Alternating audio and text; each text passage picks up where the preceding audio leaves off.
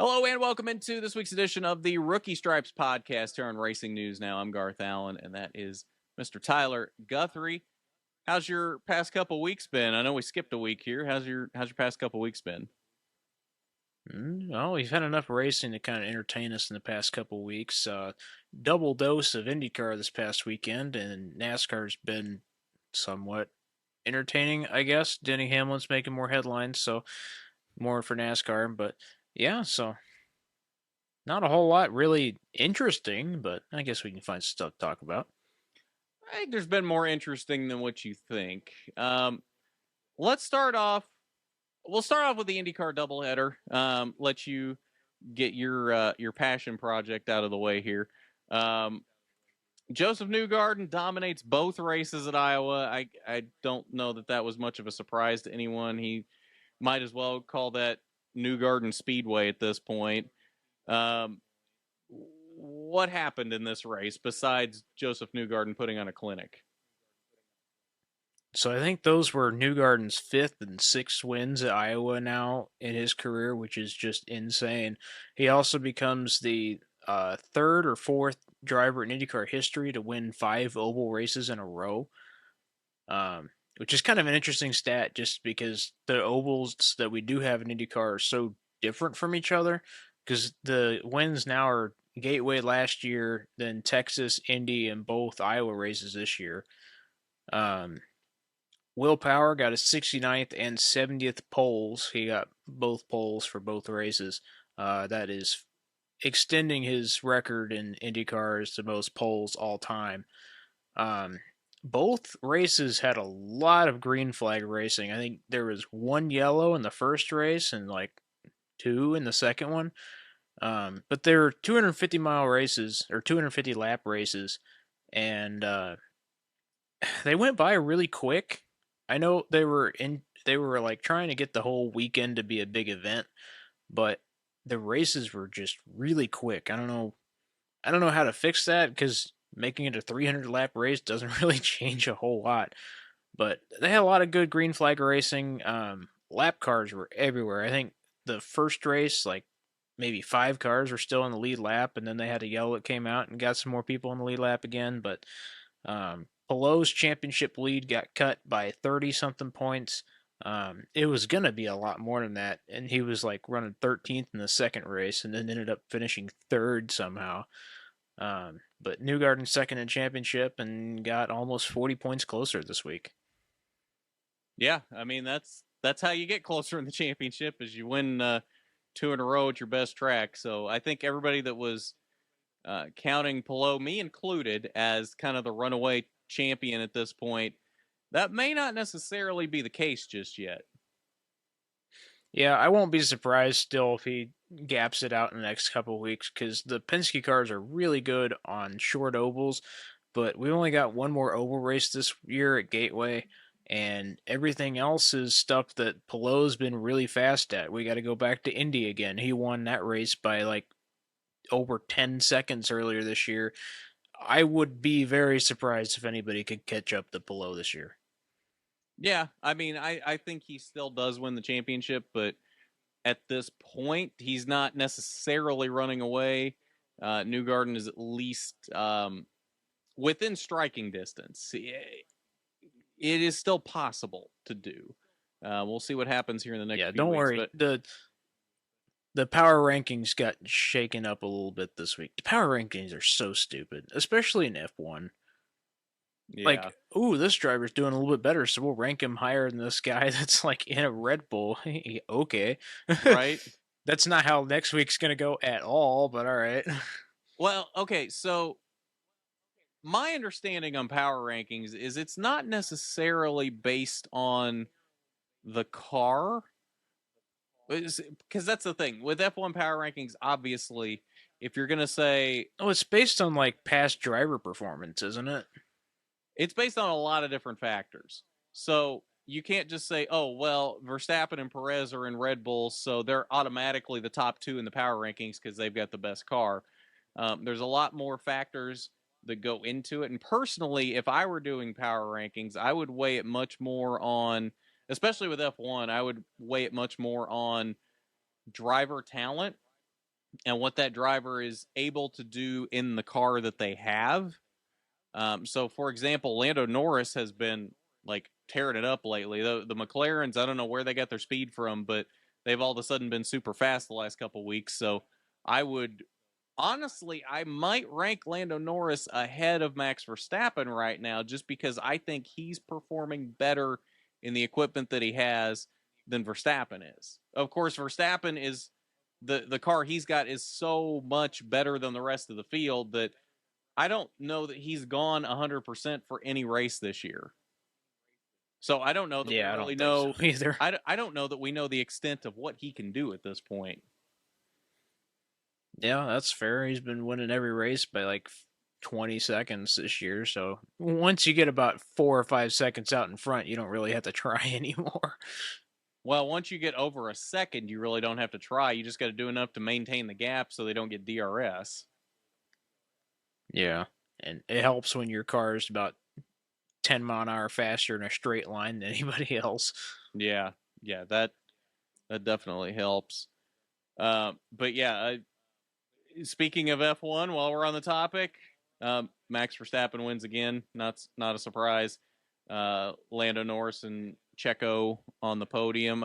Checo finally seems to be having some speed again now that Red Bull kneecapped him for a few weeks, so he couldn't beat Max in the championship. So it is what it is. I think Yeah, you got that mid-season nerf.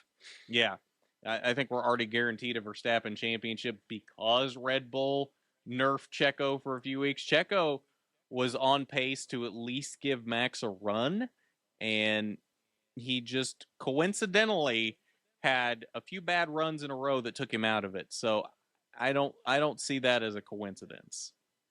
Yeah, I think Max is like 100 points clear of second place in the championship right now, which in F1 is kind of ridiculous. It is nice to see the McLarens doing well now because at the beginning of the season they were projected to finish last or second to last in the championship, and they weren't even scoring points. And now that's Lando's second podium in a row, so that's pretty cool to see. Um, it'll be nice to see if they can take the fight to Red Bull a little bit more next year because I remember at the beginning of the season they said that the car they had was not the car they were going to have at the end of the season, which was like, okay, sure, whatever. But I don't think any of us ever expected McLaren to be challenging for a top five, let alone podium, maybe even a race win this year. So it'd be interesting to see if they can continue that development and come up with a car that is actually not a brick at the beginning of the season next year. Um, we got rule changes coming in 2026. And obviously, that's 3 years out still, but it'll be interesting to see who adopts those better.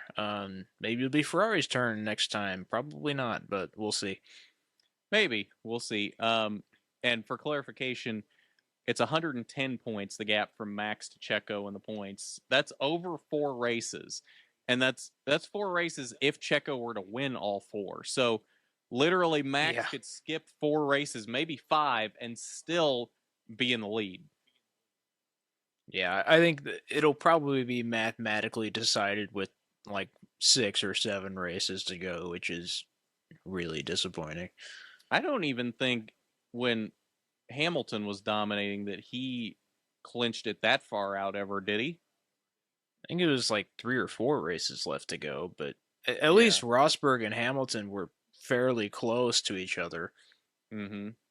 Well, that's the thing. Max and Checo are close to each other. The problem is Red Bull nerfed Checo for a few weeks, so all of a sudden Checo's just not there anymore. But Yeah, before they you can't nerfed him, they were explain to me. close. You can't explain to me why Perez has been qualifying like not even making it into Q2 for the past Mm-hmm. couple of weeks when he's got the same car as Max. He's got the same It car, doesn't make and any sense to me. he's got the same car, and he has proved that he can win races in that car, even when Max is on his game. So no, you can't tell me that he all of a sudden just had a few weeks where he just forgot how to drive. Like, no, Right. that's not how that works. Yeah, Perez has been here long enough that he's not just gonna suddenly lose that much speed. I don't. I mean, I don't want to call allegations and all that kind of stuff in major league sports like that, but it's pretty fishy. Oh, it's very fishy. I mean, it's F1. It's not like it's surprising. Most, if not all, F1 teams have very clearly defined a number one driver and a number two driver. Max is the number one driver at Red Bull, so it wouldn't be the first time that a team has shown blatant favoritism to their number one driver. Yeah, which is another thing that was refreshing to see in IndyCar this week when all three of the Penske cars were fighting for the top spot in the race, and they were all three dodging, weaving through traffic, and no team orders, nothing like that. Just have at it, and Newgarden was the fastest. Yeah, um, and that's what we've been talking about all season is that all these F1 elitists want to talk about how F1 is this great racing series and they're the best racing in the world. And that's just not true on so many levels. So let's move on to the Pocono action from this weekend. 4 races from Pocono. Actually, we need to talk about SRX too. So before we go to Pocono, we'll talk about SRX. The second race in a row. What, did you not watch SRX? No, I did. It's just been like a week almost at this point. It has been a while. Second week in a row for SRX is Stafford. They were supposed to be at Thunder Road this week, but apparently Vermont has turned into a giant lake. So that wasn't really possible. So Stafford stepped up and said that they could run a second week there.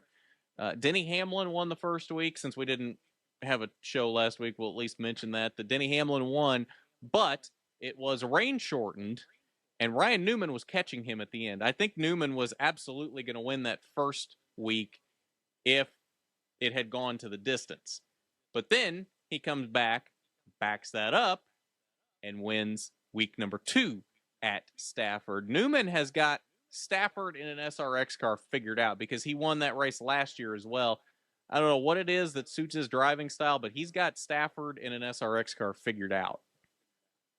Yeah, Newman's been quick, and after the past couple of seasons he's had in like NASCAR Cup Series, it's good to see him, wheel a stock car around somewhere. Obviously, he's not going to do any big tracks in NASCAR anymore because of some safety issues with the next gen car, but it's really good to see people like Ryan Newman back and doing well in a car. Anytime you get like Newman or Jeff Gordon or Jimmy Johnson in a car and they're doing well, it's good for the sport. I like what SRX is doing, especially with having past Cup champions and stuff like that in there. Some of them raise a couple questions to me, like a couple of the drivers that they have in there. I don't think Haley Deegan really qualifies as superstar racer, but have you not seen her social media following? Just because she's not been if that's successful.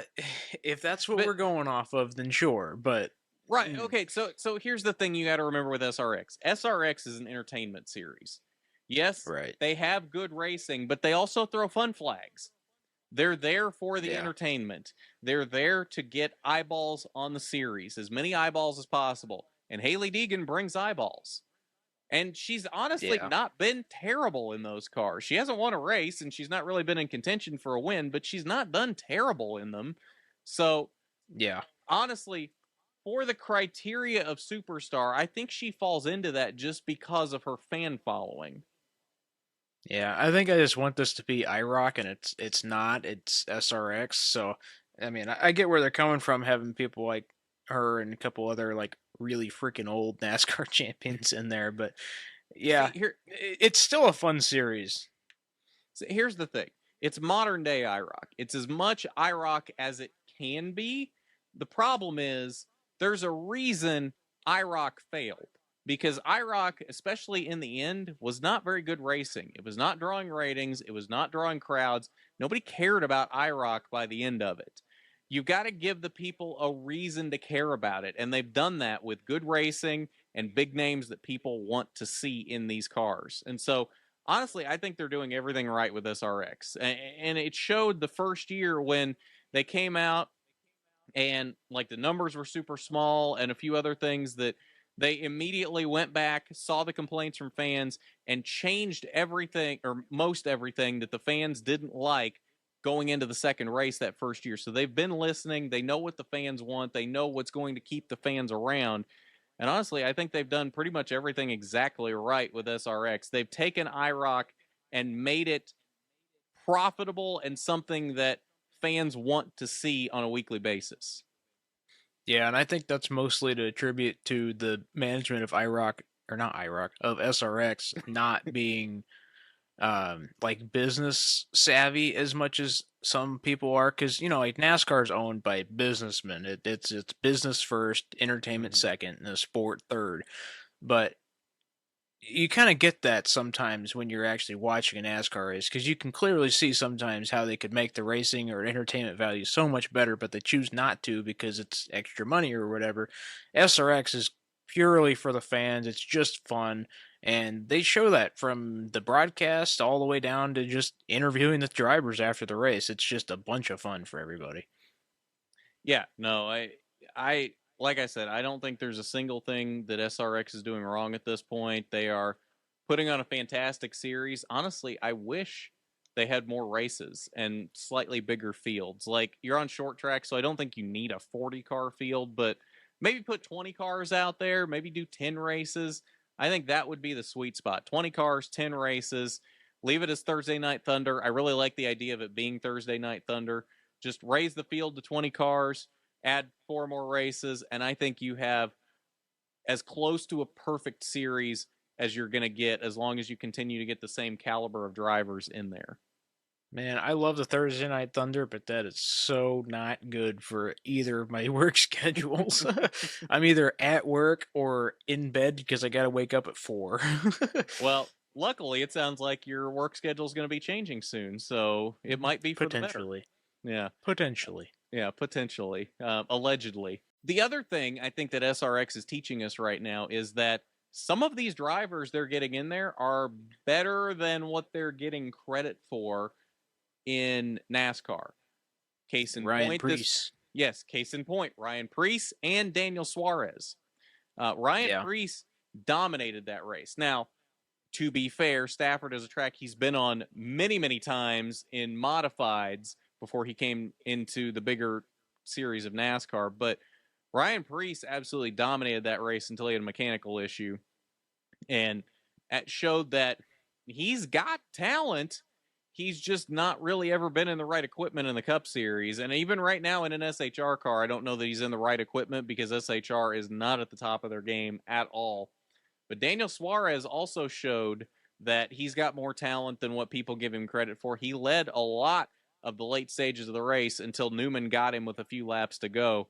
So I think people are sleeping on both Ryan Preece and Daniel Suarez, and they showed that in SRX this week. Yeah, and that's one of my favorite things about the SRX is because all the cars are exactly identical, you get to see just how good each driver is compared to every other driver. I do think Ryan Preece is a very good driver, and I hate that the Stewart Haas cars are so not on the level that they should be. And you're even seeing that with Kevin Harvick's results. Kevin Harvick can pull the best out of any terrible car you give him, and he's still not doing too hot this year. I mean, he almost won this week at Pocono. He was right there. He did, but on a weekly basis, it's not anywhere near where No. you would expect Harvick or Stewart Haas to be. Um, I don't think Priest is nearly as good as Kyle Larson, but I think it's fair to throw some similarities there. Um, I know Tony Stewart likes him, and I trust Tony Stewart's kind of instincts on drivers as far as that goes. Ryan Priest is just not getting the right equipment for Cup, and the JTT Doherty car he was in the past couple years is not any better at all. Um, yeah, I hope he gets a good shot. I think he's a good driver, and I think he can show it. But there's so many different drivers in NASCAR, so many different levels that just can't get the right equipment. And if you're not going to get the best equipment, the best team, you're not going to go up against the best. I mean, the thing is, he's shown in Xfinity and in trucks that he's got the talent. He's won races when he's been in the right equipment in Xfinity and trucks. I mean, he went out and won his second start in a JGR Xfinity car back a few years ago. It may have been a couple more starts than that, but it was one of his first starts in a JGR Xfinity car, went out and won at Bristol. So he has shown if he's in the right equipment, he can do it. He's just never had that right opportunity in the Cup Series. And I've seen so many people say, well, maybe he's just an Xfinity talent. He's not a Cup talent. I don't buy that. I think he's just not been in the right equipment in the Cup Series, and he has shown that in every other series he's ever been in. He dominated when he was in modifieds. He's been good in Xfinity when he's been there. He's been good in trucks. He's now shown that he's good in SRX. It's just the Cup Series. So what is it about the Cup Series? What is the common denominator he has had in the Cup Series? Lack of equipment. JTG Doherty cars, when he was there, were not race-winning cars. Ricky Stenhouse has run that 47 car better this year than JTG Doherty cars have in the past. But when Priest was there, those were not cars that you would look at as race-winning cars. And SHR cars, Talladega and Daytona. yeah, exactly. And SHR cars this year really are not winning cars most weeks. So he's just not been in the right equipment in the Cup Series. And I do not buy that whole, well, he's just not a Cup level talent. I don't buy that at all. We haven't even gotten, a random Almirola win from SHR this season yet, have we? We got a pole from him, but... Yeah, I mean, he was really fast at New Hampshire and might have pulled that off until he got wrecked late. So I think New Hampshire was probably going to be his best shot this season. It was last year, too. Yeah, right? Well, no, that was 2 years ago. Bell won last year. Yeah. See, I made that mistake a few weeks ago, too. Yeah, I don't know what's up with SHR. I mean, Chase Briscoe's been running back in the 30s some weeks, so I really don't know. Chase Briscoe's better than that. Oh, yeah, he's much better than that. So I don't know what's up with that team right now. I've heard rumblings that team could be restructuring next year. I thought I heard a rumbling they might go back to Chevy sometime soon. Yeah, so that's part of the rumblings that I heard. I don't know that I've fully confirmed what I've heard, so I don't necessarily want to say it publicly yet, but it sounds like that team may be in for a major rebranding next year. So yeah, and if they do go to a different brand, I wouldn't be surprised if it's Chevy. That's going to be a hell of a lot of Chevy cars, but they are losing the legacy cars. Mm-hmm. Yeah, that's going to put a big dent in Ford, because they're going to have Rick Ware and Penske. Yeah, well, Rick Ware, and RFK, and Rick Ware are basically RFK cars at this point. Yeah. So I think the SHR move to Chevy will make more sense once you see how that team restructures, if it restructures how I've heard it's supposed to. So Tony Stewart time? Huh? Just Tony Stewart time? Get rid of the Haas part? Well, that might be part of it, but that's not the whole thing. So anyway, moving on to NASCAR from this past weekend, 4 races from Pocono, ARCA, Trucks, Xfinity, and Cup. It was a full weekend, a full Saturday, because ARCA got rained into Saturday, and they started at 8:30 a.m. on Saturday and made it a pain in the ass for everyone that wanted to watch it, because why start later than that if the truck race starts at noon and it's like an hour to an hour and a half race? Why would we want to start later than 8:30 and nothing on track between ARCA and trucks? Why would we want to do that? Just another case of ARCA and weird start times. Gosh, I woke up and saw that they had postponed it to 8:30 in the morning. I was like, oh, cool. I woke up at about 8, but I'm on Central Time, so I missed like 3/4 of the race. Yeah. Which, there were some interesting things happening in this race. The race for the win wasn't necessarily super exciting, as Jesse Love dominated, and he is now 5 for 10 on the season, so he's won 50% of the races so far. Can you say already the champion? Yeah, right. That being said, though, Andres Perez de Lara was fast for the first time this season. Yes, I am calling him Perez de Lara. I'm not being Fox and dropping the de Lara part because they can't pronounce it. Andres. Yeah. wait, what were they calling him? Andres Perez de Lara was very fast in this race. I really don't know where they get their pronunciations from. I really don't. Anyway, Jamie Little moment. it wasn't even just Jamie Little. Jamie Howe was calling him Andres too. I don't know, but he was very fast in this race. Was actually kind of competing with Jesse for a little bit of the race. Then he had a pit road penalty and got sent to the back. Drove all the way back to third at the end of the race. So very fast, and may have been able to do something with Jesse at the end of the race if he'd had a few more laps. Tony Breidinger, fast again. I continue to be impressed with what she's doing this year. I've said it before, I'll say it again. I've been tough on her in the past, but she stepped up her game this year. She was battling for, I think it was fourth. Top maybe, 5. Yeah, I think it was fourth, maybe third. And then got into it with, I don't remember who it was. Somebody cleared themselves down into turn 1 and almost wrecked both of them and sent her back basically back to 10th. And then I think she rebounded back to 6th. So still very good into the race. Didn't get flustered when that happened late and still drove back for a decent finish. So I have been genuinely impressed with what I've seen out of her this year. So if she continues to improve, good on her, because I'll be honest, I wasn't expecting that this year, but I'm glad I'm seeing it. I'm glad to see that she is finally doing well. I really did always want her to do well. Just never saw it until now. And Pocono is not exactly the easiest place to have a good run at, so no, just not at all. More power to her, really. Yeah. Bad days though for Frankie Muniz and Logan Misharaka. Logan was out very early with mechanical issues, and Frankie, I believe, had a mechanical issue too. I don't remember exactly. He may have been. Here, let's just verify that. Believe it. Had like a gearbox problem? Maybe.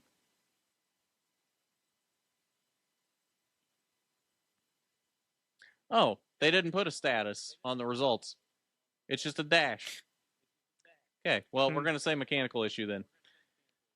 Then Frankie out. Oh, it was batteries. Yes, that's what it was. Frankie out with a battery issue at the end of the race. Very unfortunate. Had a decent day going. Lost second in the points because of this. Perez de Lara now up to second in the points. So not a good day all around for Frankie, but still a decent season so far. Jesse Love leaves with a 69-point lead over Perez de Lara and 74 over Frankie Muniz. Oh, yes, nice. Also, before we move on, what was Sean Gardner thinking? Forgot where the brake pedal was, apparently. Gets spun down into the grass coming through turn 3, and instead of locking it down, stays in the gas, I guess to try and keep it off of the wall, even though he was a long way from the wall. Slides back up onto the track, still with his foot on the gas, and by the time he comes to a stop from this momentum of the gas trying to push him forward, he lurches forward and almost collects 2 more cars because he just couldn't hold the brake. I don't know what the thought process there was, but typical ARCA moment, I guess. I hate to say things like that because ARCA gets a bad rap for ARCA breaks and ARCA moments like this. So I hate to bring things like that up and call it an ARCA moment, but absolutely an ARCA moment. Like, what was he thinking? Hold the brakes. This moment brought to you by ARCA brakes. Yeah, well, a non-existent ARCA brakes in this case. That's why they're ARCA brakes. Well, I guess this would fall under the category of ARCA brakes because typically ARCA brakes are you holding the gas and running into somebody. So just not after you're already wrecking. So I guess this is a new form of ARCA brakes. Did Sean Gardner just invent a new form of ARCA brakes? I really don't know what the deal with this was. This was one of the strangest things I've ever seen and left me just scratching my head going, why? Why would you hold the gas in that scenario and hold it as long as you did? Like, do you not have a spotter telling you that there are cars there and you should not be holding the gas? Like, I genuinely don't understand how this situation came to be. One of the worst decision-making processes I've ever seen in the middle of a wreck. And I've seen a lot of ARCA brake situations. One of the worst decision-making processes I've ever seen out of a driver. It baffles me that he was just like, oh, I'll just hold the gas. That'll keep me off the wall. Screw the other cars. They'll be fine. Next week we'll find out Sean Cora had Brett Griffin as a spotter, and it'll all make sense. Yes, it will. Oh, yes, it will. Oh, anyway, moving on to trucks now. Not a whole lot to talk about with trucks. Corey Heim dominated a lot of the late portion of the race. He led 27 laps, only to be passed by Kyle Busch on the last lap. Most exciting Kyle Busch win ever? Question mark? Nah. Meh? No? Nah. We don't think so? Nah. Okay, what is the most exciting Kyle Busch win then? Tell me a more exciting Kyle Busch win. I can tell you a lot of exciting races Kyle Busch didn't win. Okay, but that's not the question. I don't know. It's still Kyle Busch truck wins, so. No, it is. Yeah. But at least this one was halfway special. It is the 100th win for KBM. I mean, it would have been cooler if it had been somebody that was not Kyle that won that 100th win for KBM, but still cool. What was the stat I saw? What was the stat I saw? They have like 30-something wins without Kyle Busch driving that truck. I didn't see that stat, but that wouldn't surprise me. Yeah, I think it was like 37 or something is how many wins they'd have if Kyle Busch wasn't driving. Yeah, that doesn't surprise me a bit, but yeah, I'm not sure what that exact number is. Pocono for trucks is usually kind of, They don't have enough horsepower for that track. Pocono for practically any series is usually meh. I don't know what happened with the Cup race to make it halfway exciting this week, but half of it was exciting for the wrong reason. Next gen car doing what it does best, making really boring tracks look like we should have been going there twice a year for 8,000 years. Right, and making the good tracks look bad. Making some NASCAR fans say we need to go back to Kentucky. Yeah, right? I saw that. Like, yeah, okay. IndyCar? Sure. That. NASCAR? No. Yeah, no. They just need to let go of Kentucky or reconfigure it to something better. We should be doing to Kentucky what they're doing to Fontana. Do to Kentucky what they did to Atlanta. Or that, yeah. Yeah, keep Atlanta and make Kentucky that. Jeez. Yeah. Either way, on to Xfinity, the third race of Saturday. Josh Berry dominated and then choked at the end. I don't know what's going on at JRM this year. They've been fast almost every week and have not a lot of results to show for it. Yeah, no, they really don't. Between running into their own teammates and just choking at the end of the race, I don't know what's up with that. I mean, literally, there's one JRM win for the whole season, and that was Justin Allgaier at Charlotte. But they've been fast every week. So they'll either someone else will take them out of contention or they'll take themselves out of contention. This week it was Josh Berry who had really this race in the bag and screwed himself over in the late laps. I genuinely, I don't know. Like, he's already in the playoffs. He didn't need the win, so I guess it doesn't hurt him that much, but I guess he's not locked in yet, but he's pretty much there. I mean, it's going to take a lot for him to fall out of the playoffs at this point. So he's in the playoffs regardless, but I don't know, like, had an easy win in front of him and then just completely screws himself over. Good for Austin Hill, though, I guess. Steals him one that for once that he didn't dominate. I mean, usually ones that he wins, he dominates. So I guess good to see an Austin Hill win that wasn't a dominating performance. He didn't win in Atlanta again, so he had to come back and steal one this week. Yeah, right? Yeah, I don't know what's up with JRM cars. Austin Hill keeps going on his ridiculous season this year. Um, I had a point I was going to make.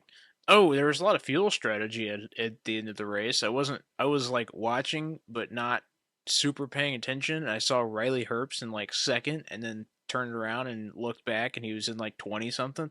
Mm-hmm. So I was Which, going to make another speech of, wow, Riley Herbst really isn't that bad. And then realized it was all pit strategy.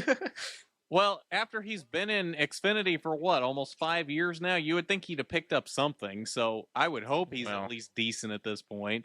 It's like the you would think Brandon Justin Jones Allgaier would be effect. better than he is too. So I mean, fair enough. Justin Allgaier's not bad though. Like he's almost won the he's not championship a bad, couple but times. he's not Um, been doing too hot the past couple of years. yeah, fair enough. Oh, thanks, Doc. Just stick your tail right in my mouth. That's great. Uh, I don't even know the point of. Oh, it's the Brandon Jones effect. Like Brandon Jones has been in Xfinity now for what, like 10 years, and finally won a race in like his 6th or 7th season. So Has he after a really been while, there that long? you finally got to pick up something, right? Has he really been there that long? Maybe. Hang on, we're gonna get to the bottom of this. No, I didn't really pay attention to Xfinity Series until recently. So No, he's been there for a long time because he drove for RCR for a little bit, and then went to Gibbs for a few years. Now he's at JRM. Okay, not quite that long. This is the 7th season. Wait, what?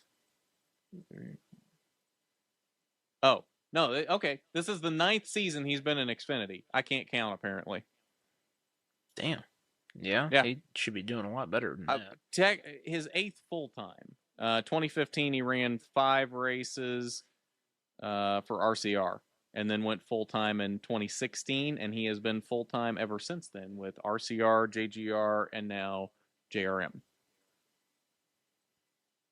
He's been around a while. Went full time in 2016, didn't win his first race till 2019. Yeah, it's not too good for Xfinity. No, in fact, his entire time at RCR, what was he there? 2 years. 2 years. Is that right? Yeah, he was at RCR for 2 full years plus the 5 races in 2015. Went to JGR in 2018, winless in 2018. Finally wins a race in 2019 at Kansas with 4 races to go in the season. Came back and won 3 races in 2020, winless in 2021, and won 1 race last year. And then moved to JRM this year. And that's been going splendidly. Yes, it has. I don't know. Like, I mean, he's legit only there because he's got that Menards Richmond water heaters money. Like, there's no other reason. Yes, he's won a few races, but anybody else, it takes you that long to perform, you're not gonna stick around. Not in Xfinity. No, not at all.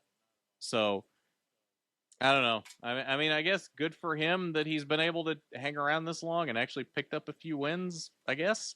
But yeah, I mean, it's circling back to Riley Herbst. It's the Brandon Jones effect. He's been in Xfinity long enough now that he should have picked up something. I would hope. On to the Cup race, which was fairly wild. Controversial finish on multiple levels. Denny Hamlin, Kyle Larson getting together. Denny claims that they didn't make contact. It seems very clear from the replay on TV that they did touch. Not very hard, but they did touch. Denny even said on his podcast this week, he said even after watching the replay, he still contends that they did not make contact.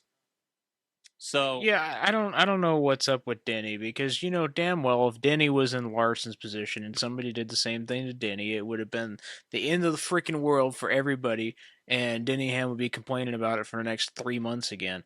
Which yeah, I guess is my problem with Denny Hamlin at this point. It's like if he would have just looked at the replay and said, "Oh yeah, well, I guess I did touch him, then it wouldn't be an issue anymore. But the fact that he's still going on and on saying, I didn't touch him, I didn't touch him, I didn't touch him, and it's pretty clear that they get really, really, really close, and then Larson's car goes towards the wall, you know.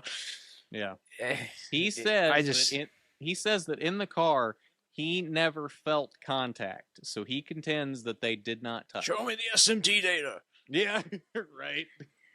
Apparently, everybody screams at that to him now every time somebody gets like right rear somebody. Like, what was that? Creed and whoever that was at New Hampshire. I don't remember who the two involved in that were. No. Creed spun somebody. And I guess everybody was yelling at him on Twitter, show me the SMT data, show the SMT data. And he's like, do you really want me to do that for every time this happens now? Yeah. Yeah. Well, I guess he said he doesn't have access to Xfinity SMT data, so he couldn't have done that even if he wanted to. But wow, lame. Yeah. But the one time I wanted Denny Hamlin's input. Yeah, right. On top of the Hamlin-Larson contact/no contact, where Hamlin got the lead, the other controversial part about this finish was the fact that NASCAR waited so long to throw the last caution. I don't remember all the details, but I know somebody, it might have been Priest, spun off of turn 1. I think it was Priest. Yeah, spun off of turn 1 and was just kind of sitting there. So they could have thrown the caution long before they took the white flag, racked them back up, and had an actual finish. Instead, Priest sat over there for as long as possible until the leaders got to like the middle of turn 1, and then they throw the caution, which ends the race. And I think there was another wreck that happened there on the white flag lap too, or right before the white flag, that also didn't get a caution until they got into turn 1. It's like NASCAR was intentionally waiting as long as possible so they didn't have to do another overtime, which I know we've complained a lot about having all these overtime finishes, but they're already in overtime, and nobody wants the race to end under caution if it doesn't have to. Right. But yet this is like the one time I would have supported another green, white checkered there. Exactly. Like there was literally no reason to wait on the caution for that long. And literally everybody said the fans were booing at the end because they didn't like how Denny won. I don't know that all the boos were for that. I think the boos were for NASCAR because they were booing NASCAR because they needed that, or they wanted that caution because they wanted an actual finish. Brandon Brown knows everybody's really, really good at telling what the crowd is reacting at. So, yeah. See, that's the other thing here. This isn't the first time NBC has not necessarily had the crowd reaction correct at the end of a race. So, not quite. Yeah. So I don't know. I'm not going to delve any deeper into that topic because that's a rabbit hole I do not want to go down on this podcast. But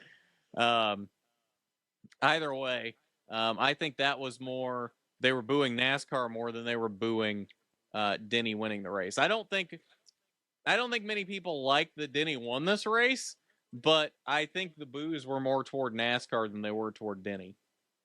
Yeah, I just don't understand this. Like, we've seen cars do 360s by himself in the middle of a straight, and then NASCAR throw a yellow, but car spins off turn 1 and sits there for half a lap, and you don't do anything about it until leaders come around. Either throw it or don't, you know? Right. Either let the race finish or just don't worry about it, you know? They're so quick on the button any other time, and then this is the one time where they should have been quick on the button, and they're just like, well, let's let it play out and see what happens. Maybe he'll get back going. Oh, he didn't get back going. Caution, into the race. Just throw the fucking caution. Come on. Like, especially since I know Joe Logano made some comments about this week, but since the next gens, like, if they get a flat tire, they're just stuck. I mean, at this point, like, if a car spins, like, in the Gen 6 era, sure, let it see how it goes. Maybe they'll get going again. Maybe they'll make it around. With these cars, every time you spin, you're going to pop a tire. So just throw it at this point. Yeah. Then there was also the Tyler Reddick, Austin Dillon feud that was kind of comical because Austin Dillon cannot throw a helmet. Bounced It him was the off worst track. helmet throw. He Yeah, had bro. it until he went to release it, and then he like got his finger stuck in Yeah. in the lid, and then it just went bouncing up the track. Yep. Worst helmet throw I've ever seen in my life. Yep. And it's really funny because Reddick is the reason why Austin Dillon has any wins in the past couple of years. Mm-hmm. Yeah. So I don't really think Austin Dillon has room to be that upset about it. But we still have a couple races left to go before the playoffs, and I don't think Austin Dillon's gotten his token win yet this year. So he's He got hasn't. time. He'll be We've still fine. got Daytona coming up, and that's where he got his token win last year. No, So, good. Maybe it'll rain again going in turn one, and yeah, Austin Dillon will right. be the one car that doesn't touch anybody. God, I hate That's right. Austin Dillon. You know, the funny thing was that wasn't the only feud in this race. Did you see the Priest LaJoy too? Briefly, Yeah. So I don't even know what that was stemming from. I didn't see anything that happened between them, but Priest got out of the car pissed off at Corey LaJoy, ran back into his didn't car. Corey just dump him off of turn two at one point? Maybe if he did, I don't remember it. I think it was really early in the race. Yeah, it could be. But Priest ran up to the car, grabbed Corey while he was still strapped into the car, still unbuckling, just yelling profanity laced tirade at him, and he finally got pulled away. But uh, the funny thing was NBC put on the in car camera for LaJoy and the car behind him, so you see the entirety of Priest running up, and then you hear everything Priest yells at LaJoy. It was great. And Mike Joy, well, I guess not Mike Joy anymore, but we apologize Rick for the Allan. language. Yeah. Well, no, I don't think it was on the broadcast. I think they just put that on social media. Oh, that's even better. Yeah, I don't think they put it on the broadcast, but they bleeped out all the cuss words. Aw, show me the SMT data for those cuss words. Yeah, right. I mean, you can very clearly tell what he was saying, but just using context clues. But yeah, yeah, no, that was pretty funny. Unless you've got anything else on the Cup race, I think it's time to move into predictions. I got nothing. All right. Well, F1 is going to be this weekend from Belgium. That will be Sunday at 9 Eastern. It's a really good track. That's going to be a horrible race. Right. No IndyCar this weekend. ARCA West is going to be returning to Shasta this weekend for the Big Valley Sanitation Shasta 150. Say that 5 times fast. And no one will be watching that. Nope, because it'll be 11:30 Eastern on Saturday night on Flow Racing. These West race start times continue to get worse and worse for the East Coast crowd. Like, how are you expected to watch these races live on the East Coast? Like, seriously, I get it. Like, it's on the West Coast. You want to have a good start time for that crowd, but you could start it earlier than 8:30 Pacific on Saturday night, and it would not be an inconvenience for the West Coast crowd. Like, what are we doing? Don't want to offend all 3 people that are going to go to the race. Right. Either way, we're not making predictions for that because it's ARCA West. There's no entry list yet, and Tyler will whine about not having an entry list. NASCAR, though, this weekend, we'll start off with them, and then we'll move into an SRX pick at the end.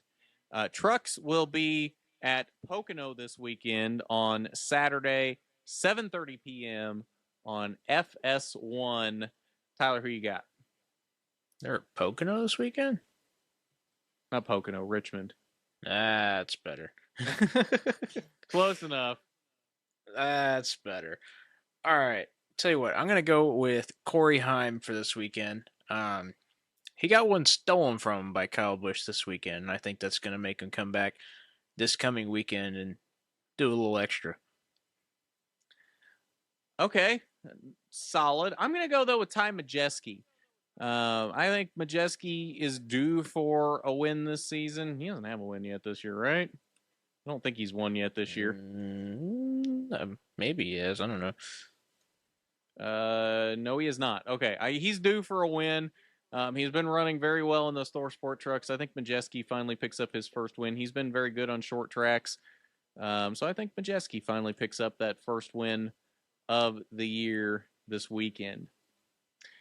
All right, Xfinity will be Saturday at 3 p.m. Eastern on NBC, on Big NBC. Tyler, who you got for Road America? I don't have an entry list to look at. Anyway, yeah, I know I'm bitching about an entry list. Yeah, anyway, whatever. Tell you what, I am gonna go with Josh Berry because I don't know if Kyle Larson's in this race. I don't think he is. I don't think he is. No. Well, especially since it's not at the same place as Cup, I don't think there's any way that Larson's in this race. Yeah, I'll take Josh Berry. He was good last year when they were at Road America. Just glancing at the finishing results from last year, Ty Gibbs isn't there this year, and Kyle Larson won't be there this year, and Josh Berry was the next highest car, so we'll go Josh Berry. I think he's going to pull it off this week. Okay. I, though, am going to go with his teammate, Justin Allgaier. He has been very good in the past at road courses and very good at Road America in particular. So I think Justin Allgaier wins this weekend at Road America. Yeah, he did a couple laps last year. Yep. Moving on to the Cup Series, 3 p.m. Sunday on USA at Richmond. Why Xfinity is on Big NBC and Cup is on USA is beyond me, but I digress. Tyler, who you got for Cup at Richmond? I don't know how you can pick anybody other than Martin Truex Jr. for Richmond. Okay, fair enough. You know what? I don't disagree with that. Especially now that he is the points leader, the regular season points leader. He has been on quite the tear lately. That being said, I do know who you pick that's not Martin Truex that has been good at Richmond in the past. I think Denny Hamlin goes 2 in a row and picks up win number 51. Richmond's a good track for him. It's a home track. I think Denny Hamlin goes 2 in a row this week. I just know it's going to be a Toyota driver. It's Tuesday, and I know it's going to be a Toyota that wins. Oh, yeah, it absolutely is going to be a Toyota driver. All right, moving on to SRX for this weekend. They will be at Motor Mile this weekend. And, well, if I can get the entry list to pull up here. Okay, so on the docket for this weekend for Motor Mile, since I'm sure Tyler doesn't have this in front of him. Nope. A couple names on here you might be surprised by. Elio Castroneves, Clint Boyer, Marco Andretti, Joseph Newgarden, Paul Tracy, Haley Deegan, Brad Keselowski, Tony Stewart, Bobby Labonte, Ryan Newman, Kyle Busch, and Ken Schrader. Tyler, who wins at Motor Mile? You know what? I'm going to go with first-time appearance drivers, and I'm going to go with Joseph Newgarden. He just dominated 2 oval races in IndyCar on in a very different type of car, though. It is a very different type of car, but I have a hunch that Joseph Newgarden is going to be really, really good in a stock car, and I think he's going to run away with it this weekend. Okay. I mean, I don't disagree. I think he will do very well. That being said, I'm going to go with Tony Stewart. I think Tony finally picks up his first win of the season. He's been very good in SRX in years past. Hasn't had the greatest start to the season. Neither Stafford race was particularly good for him. So I think Tony finally goes out and wins his first SRX race of the season. I will be so happy if this is a Newgarden Tony Stewart showdown for the win. Right? To be like the most American moment ever. The most American moment ever. Yeah. Newgarden just won the 500. Stewart's won the Brickyard. Come on. It'll be fun. Okay. Yeah, fair enough. Okay. I got you. I see where you're coming from. I see what you're putting down here. So, that I do believe will do it for us for this week. So we'll be back next week, same time, same place. Enjoy the races from Richmond, Road America, Motor Mile, and Belgium for this weekend. And we'll see you again next Wednesday at that. This has been the Rookie Stripes podcast. Racing News Now. I'm Garth. That's Tyler. And I'm terrible at outros.